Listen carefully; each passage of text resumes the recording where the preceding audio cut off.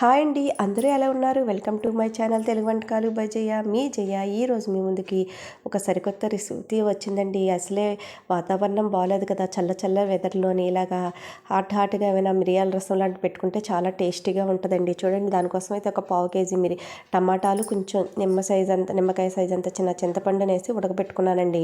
టమాటాకాయలు పైన తోలు ఉడిపోయేలా అయితే మనకు మెత్తగా ఉడికిపోయినట్టుగానండి. తర్వాత దాన్ని చల్లారిన తర్వాత ఇలా మిక్సీలో వేసుకొని పేస్ట్లా చేసుకొని జ్యూసీలాగా స్టైనర్లో వేసి వడపెట్టుకోవాలండి.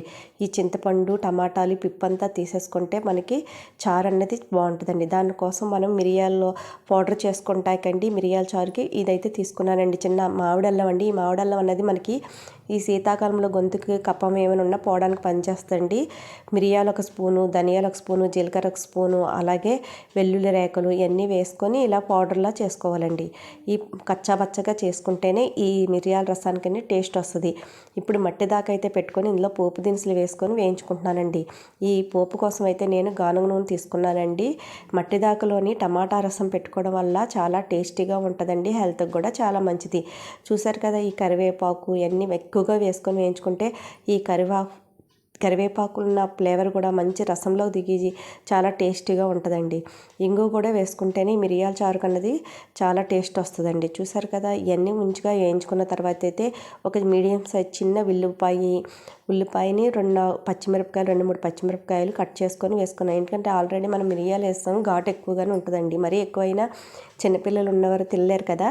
ఇలా వేయించుకున్న తర్వాత అయితేనండి మనం పొడి చేసి పెట్టుకున్న మిరియాల పౌడర్ని కూడా వేసుకోవాలండి. చూడండి, వెల్లుల్లి కూడా ఎక్కువగా ఉంటేనే ఫ్లేవర్ మనకి మంచిగా ఉంటుందండి. హెల్త్కి కూడా మంచిది.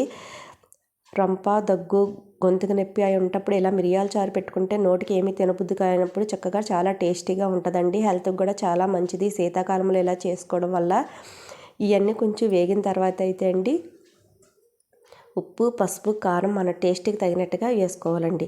ఇవి కూడా ఒకసారి కలుపుకొని ఇప్పుడు మనం రెడీగా చేసి పెట్టుకున్న రసాన్ని అయితే ఇందులో వేసేసుకోవాలండి. ఇంతేనండి, చాలా సింపుల్గా చాలా టేస్టీగా ఉండే మిరియాల చారు అయితే రెడీ అయిపోద్ది.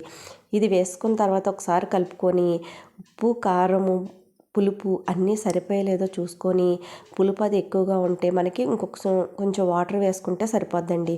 ఇంతేనండి, మీడియం మంటలో పెట్టుకొని ఒక 10 నిమిషాలు మరగబెట్టుకున్నాం అనుకోండి, అయితే మనకి పులుపు ఒకరు బ్యాలెన్స్ చేసుకుంటే కొంచెం బెల్లం కూడా వేసుకోవాలండి. అప్పుడే మనకి మిరియాల రసం అనేది చాలా టేస్టీగా ఉంటుంది. చక్కగా స్పైసీగా నోటుగా తింటుంటే చాలా బాగుంటుందండి. పులుపులాగా, కారంగా. చూసారు కదండి, ఇలా మీడియం మంటలో ఒక 10 నిమిషాల్లో మరగబెట్టుకున్న తర్వాత అయితే మనం లాస్ట్గా దించే ముందు కొత్తిమీర వేసుకొని స్టవ్ ఆఫ్ చేసేసి చల్లారిన తర్వాత సర్వింగ్ బౌల్లోకి తీసుకొని సర్వ్ చేసుకోవడమేనండి. మన మిరియాల రసం అనేది రెడీ అయిపోయిందండి. నేను ఎలా చేశానో మీకు ఒకసారి కామెంట్ బాక్స్లో తెలపండి. మీరు కూడా ఒకసారి ట్రై చేయండి, ఎలా వచ్చిందని చెప్పండి. అలాగే నా వీడియో చూస్తున్నారు కానీ ఎవరు లైక్ చేయట్లేదండి. లైక్ చేయడం వల్ల అయితే వీడియో ఎక్కువ మందికి రీచ్ అవుతుంది, నాకు సపోర్ట్ చేసిన వాళ్ళు అవుతారు. చూసారుగా ఫ్రెండ్స్, మన చల్లారిన తర్వాత అయితే మన మిరియాల రసం అయితే పైన నూనె తేలుతూ చక్కగా మంచి కలర్ఫుల్గా ఉందని చూస్తుంటే నూరు ఊరిపోతుంది కదండి. వేడి అన్నంలో ఈ మిరియాల రసం వేసుకొని అప్పడాలు కానీ ఏదైనా ఫ్రై కానీ